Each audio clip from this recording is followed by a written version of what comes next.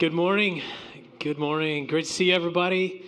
We're going to spend time right now doing what I sometimes call like a pre-sermon.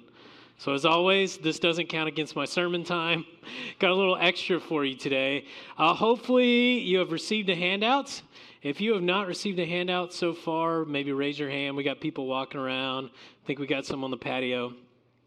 And this handout's going to be important because I want to talk a little bit about an experiment we're going to do this entire year with our sermon series. And now here's the deal. Some of you people are really not going to care about this at all.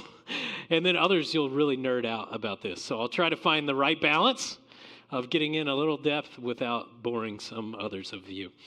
So for many years, especially in the American Christian church, the way we have structured sermons has been around what we call sermon series. This would be a topic or sort of an idea, typically like 3 to 6 weeks, and these sermons sort of revolve around a topic, and it's been great. It's awesome. But for many, many, many years before this concept of sermon series, there were different approaches to how to talk about the Bible. And so what we are going to do is we're going to do some really ancient stuff this year that is so ancient it's going to feel fresh. So on your handout, I'm calling it ancient and fresh. What we are going to do is we are going to join with the global church, and we are going to follow the church calendar as a way to structure our content, our sermon series. And along with that, we're going to follow what is called the lectionary, which is another old way of structuring how to read the Bible throughout a 3-year period. Now, this is something I've been excited and nerding out about for years and wanted to try. And I'm thankful that, you didn't have an option, but you're going along with it, with me. So I'm super excited. So I'm not going to get into all the details. You can read more about this. But part of the reason why is we have talked a lot about rhythms. And I don't know about you, the chaos of our world right now, I need rhythms in my life to help me breathe, to help me stay centered. And so we're taking this approach, this rhythm that's been set out for many, many years, the church rhythm, but also the rhythm of going through the text. There's also this concept that, like I mentioned, we're gathering with other churches around the globe. This is not just a highway thing. We're looking at scriptures that many churches around the globe are doing, which is really cool. One of my favorite concepts that I'm excited to try is you will be able to look at the scripture, the text for the Sunday, for the entire year. It's laid out. So this can invite you into studying ahead of time, preparing your heart, reading the text ahead of time, which would be really cool. Something else we're going to invite you into is we're going to have a weekly scripture reader. We've started to do this a little bit over the last year, but we want to be intentional about this. The word of the Lord, the text, is at the center of our sermons, and we want to invite you to come up and read the text, to participate in our worship service, especially if you speak another language. That would be really cool to add some of that.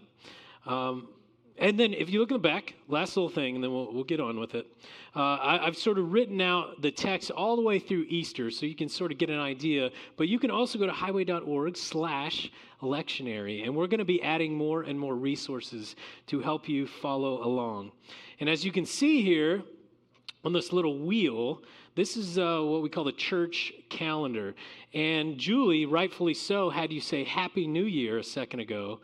But the reality is we're still in Christmas, according to church calendar. So if you thought we were just lazy for not putting away the Christmas trees, you're partly right. That's a big piece of it. But also, this is the last day of Christmas in the church calendar. Tomorrow starts the season of Epiphany. We'll learn more about that as we go. Does that sound good? Great? Capiche? Okay. All right, so with that being said, we're going to welcome up our scripture reader for today, and it's Debbie Sherritt. Okay, come on up, Debbie.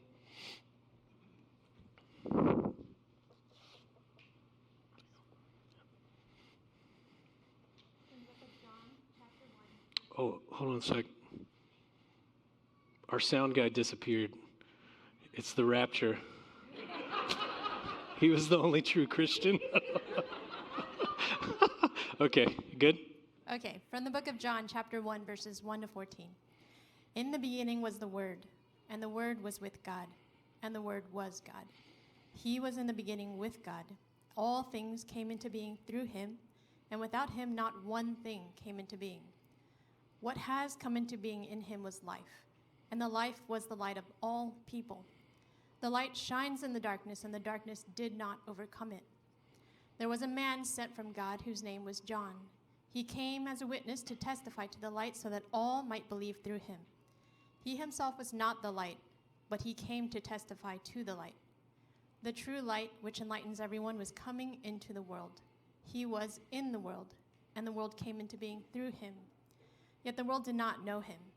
He came to what was his own, and his own people did not accept him. But to all who received him, who believed in his name, he gave power to become children of God, who are born not of blood or of the will or of the flesh, or of the will of the flesh or of the will of man, but of God. And the Word became flesh and lived among us, and we have seen his glory, the glory as of a Father's only Son, full of grace and truth. This is the word of the Lord. Thanks be to God. Thanks, Debbie. All right, a couple of years ago, I was camping with two of my best friends, and we were sleeping in hammocks. And if you've never camped in hammocks before, it's glorious. You get to witness the open air, the night sky. But this particular night, I woke up in the middle of the night, and I heard the sound of something approaching, which is not entirely weird. If you've been camping, raccoons or skunks will often ravage your campground. But this felt different. It felt like the steps of a person approaching our campground in the middle of the night. And so I instantly sat up, and I realized it was so dark, I couldn't see my two buddies. And so I whispered out their names, but I didn't hear anything. And I started to feel all alone. As the rustling sound got louder and louder, it turned into heavy steps. And this realization set in that there was a person approaching our campground. And so I whispered to my buddies again, but nothing. And then out of nowhere, I was blinded. There was someone flashing a flashlight in my face.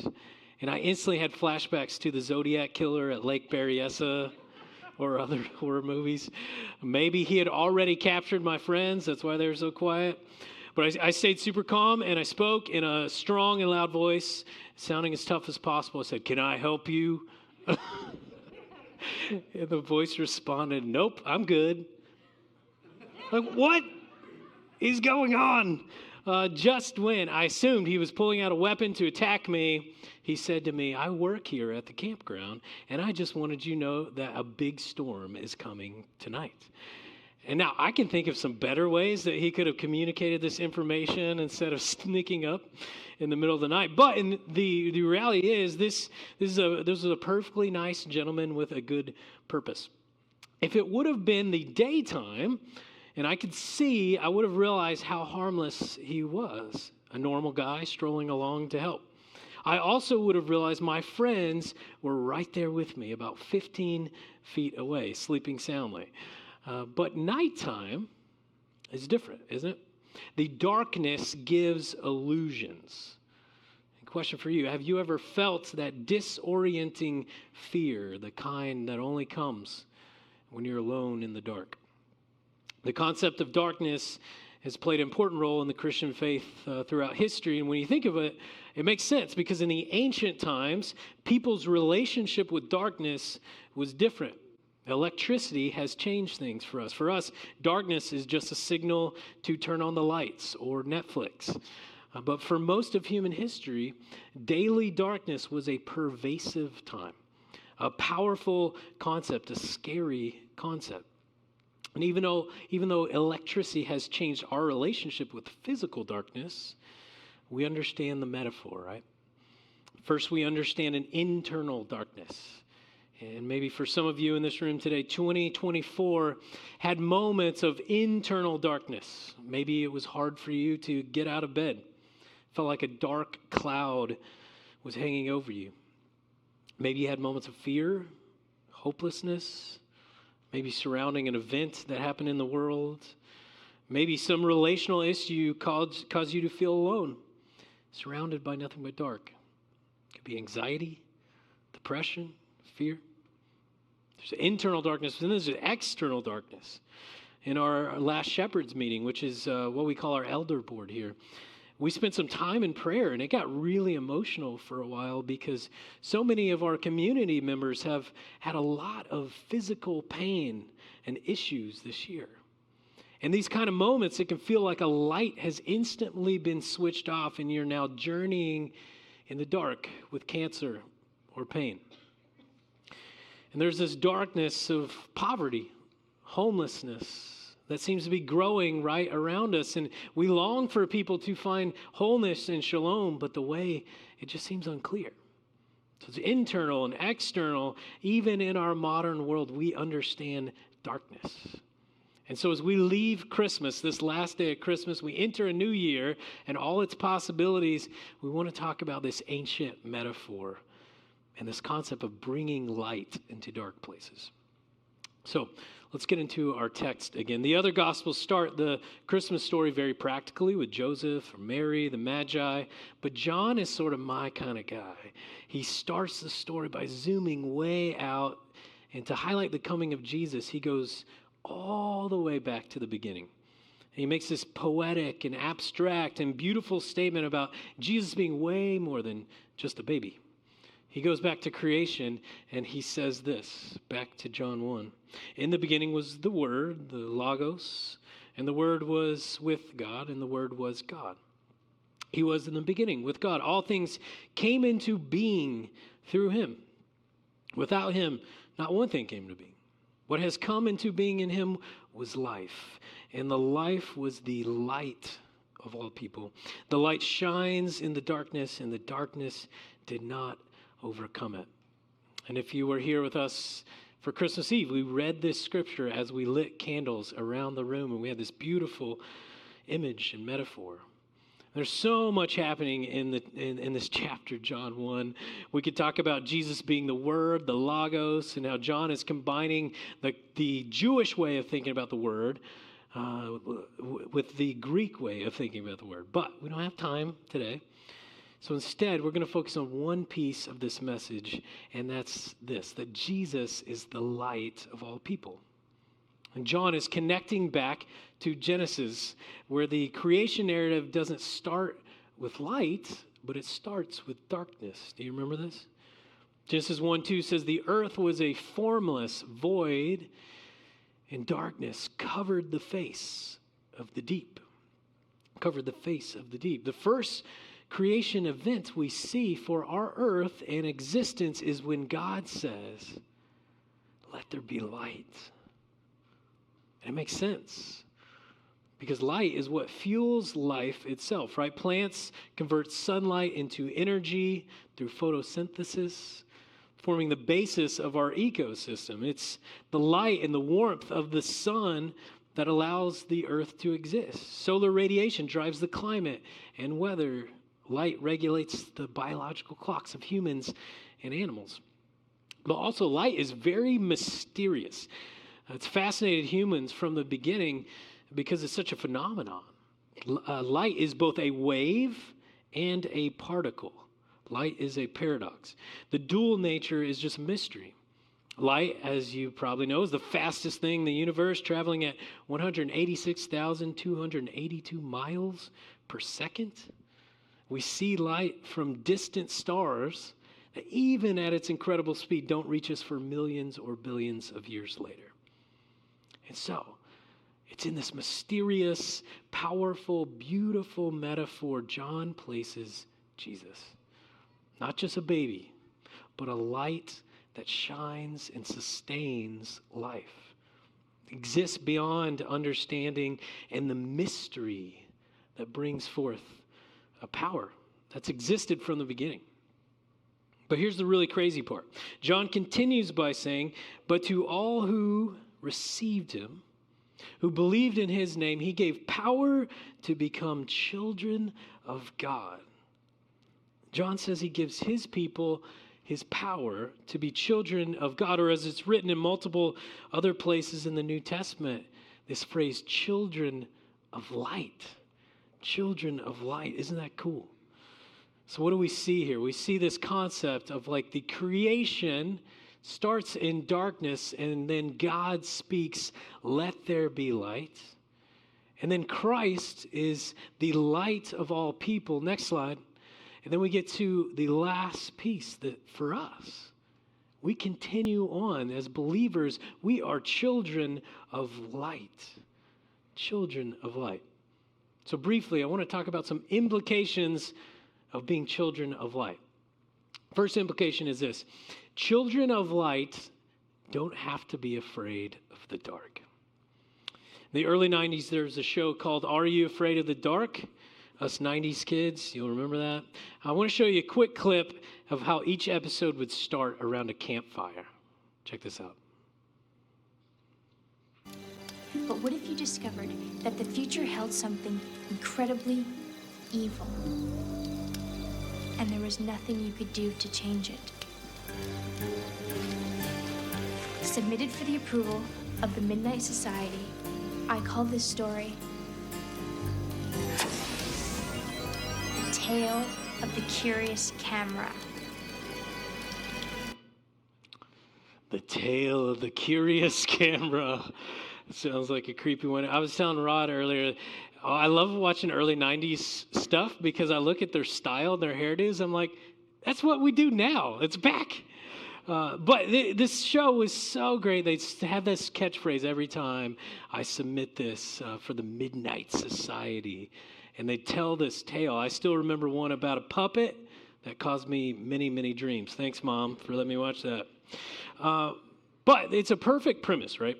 Because we've all been there where a normal story like a curious camera can become scary when we tell it around a campfire, surrounded by the dark. And this is one of the age-old principles of darkness. It is scary. Before electricity, darkness was unknown and mysterious. Many cultures told of creatures that roamed in the dark. And the winter time was doubly dangerous and scary because you would try to stay warm and fed in these long, cold, dark nights. Last night in Chicago, it was 17 degrees, which is actually warm and balmy for this time of year in Chicago. And when we lived there, the winters were a time of darkness for us. And that's why Chicagoans eat deep dish pizza and Italian beef, because you have to fatten up or you don't make it through the winter. I learned this early on.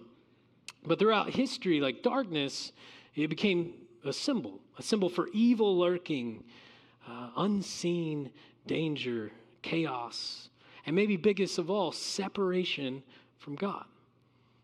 And the symbol continues to this day. It can cause fear of places and people and cultures, even to the point of racism or ethnocentrism. The fear of the unknown has caused humans to divide into us versus them. Their ways are foreign and weird, which causes fear, so I put up barriers and I avoid. It can also cause fear internally. There's a concept called the dark night of the soul. And in modern times, it's used to describe a crisis of faith or difficult, painful period of life. And we usually try to avoid these negative moments and feelings out of fear. But how does this change if we are children of the light? What is there to fear in the unknown or mysterious if we are born from the light of all people? It's interesting that in Genesis, before God spoke light into existence, the creation narrative says the earth was formless, it was void, it was dark. But do you know what it also says?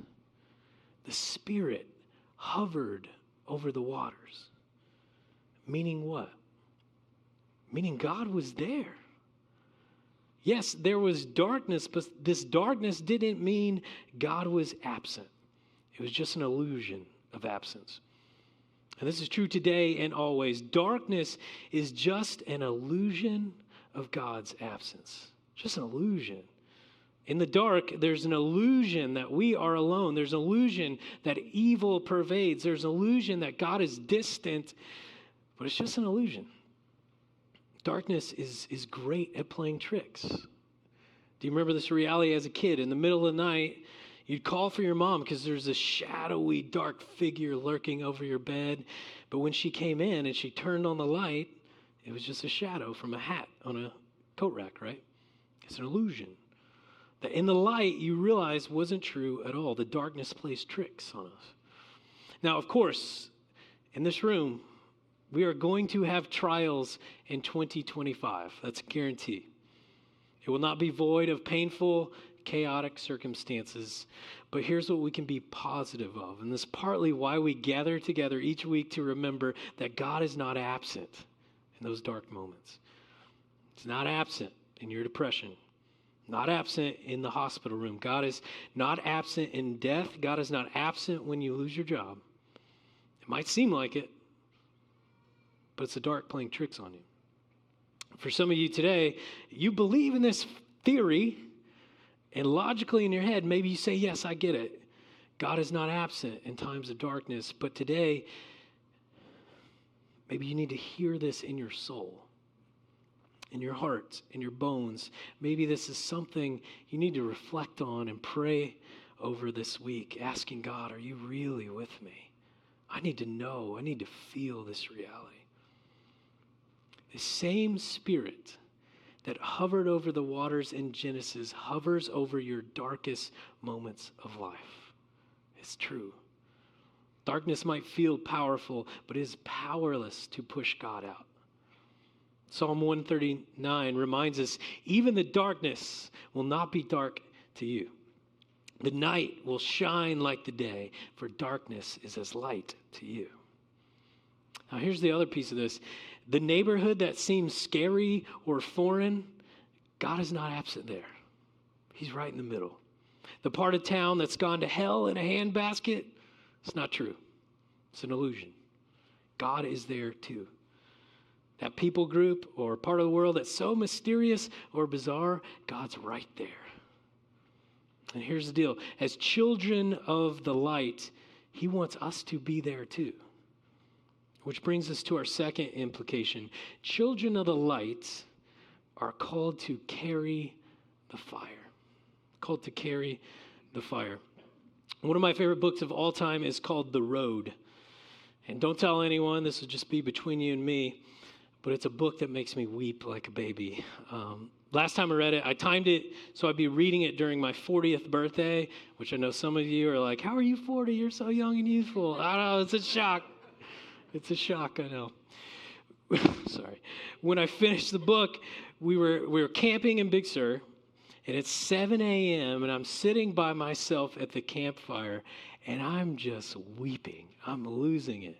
And I'm sure like surrounding campers were like, it sounds like an animal's dying out there.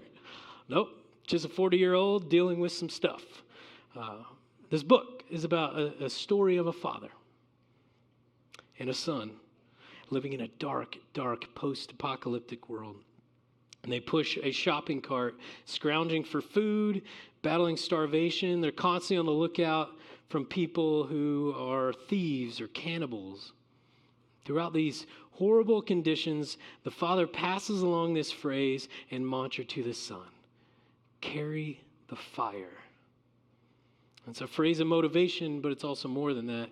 The metaphor of the fire is an embrace of human nobility. In the darkest of situations, they choose to continue to carry goodness and hope with them, even in the worst times, to not give up fighting for good. Towards the end of their journey, they have an exchange. The son says, I want to be with you. The father says, you can't. Please. You can't. You have to carry the fire. I don't know how to. The father says, yes, you do. The son says, is it real, the fire?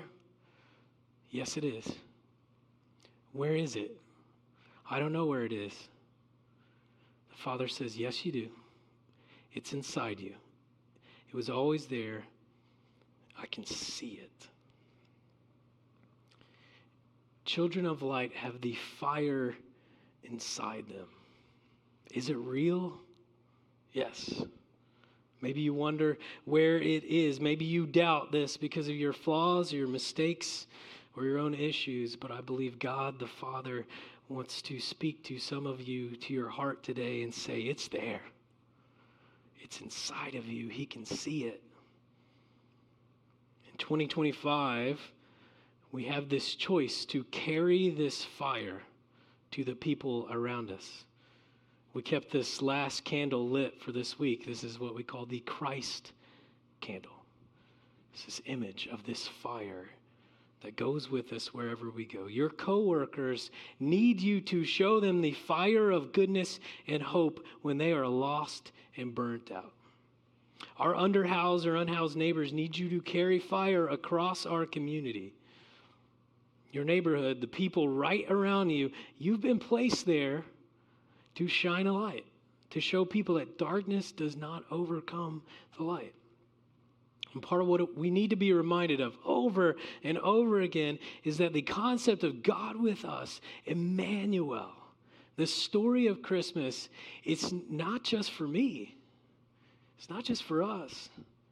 We can have hope and joy individually and in our church community, but that's not all it means to be a disciple of Jesus. Carrying the fire isn't about holding on to warmth for yourself. It's about illuminating the path for others. So in the new year, we tend to think about ourselves. We reflect on our last year. How can I get better? How can I improve my life? Which is good. It's fine. But what about in 2025? We ask a different question. Where is God calling me to carry the fire? Who needs to see his light through me?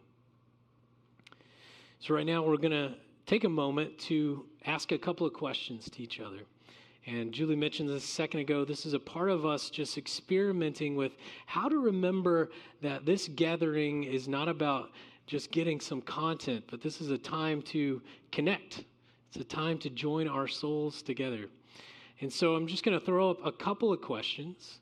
And I know some of you might be new to church, or maybe you don't feel comfortable discussing this kind of thing. They're two simple questions. If you don't have anything significant to say, that's okay. Let's throw out those questions right now. And what I'm going to ask you to do is just try to get close to somebody if you're farther away from your aisle. And I know some of you introverts, I'm an extreme introvert. You're saying, I sort of hate you right now. I get it. I'll keep it super quick. But this is a time to just remember why we are here. We want to connect with others on this journey. Okay? So the two questions. What stood out to me? Again, this doesn't have to be super spiritual. It doesn't have to be super big. What stood out to you? It could be one of my great jokes. What am I going to do about it? What's one little thing that you could apply this week? Okay? So go ahead and get close to somebody, close your aisle, a few people, and then we're going to do this for a couple of minutes. Okay? Let's go.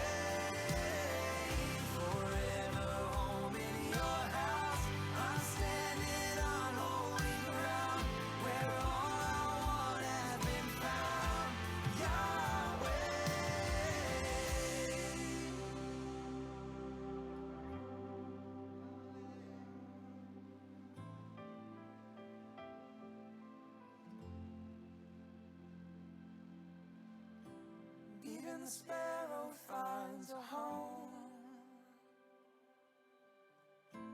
Even the weary find their rest. Just a day here in your course is better than 1,000 anywhere else. Even the sparrow finds a home, and even the weary find their rest. Just a day here in your courts is better than 1,000 anywhere else. My soul longs even faints for the Lord in this place. You're the source of my strength, Yahweh. Forever home in your house, I'm standing. All right. Okay. I'm gonna shut us down. As usual, some of you could do this for another 20 minutes, and some of you are like, "Oh, thank you. Thanks for that relief." Thanks for taking a step in that. Again, this is just some of the experimentation we're doing to broaden our community, deepen our community. And before we go into a last song of worship, we're going to watch this quick video, and it's just another sending out. It's another way of thinking about this Christmas season that we are exiting as of today, and what does it mean to start putting this Christmas message to work everywhere we go. So let's check this out together.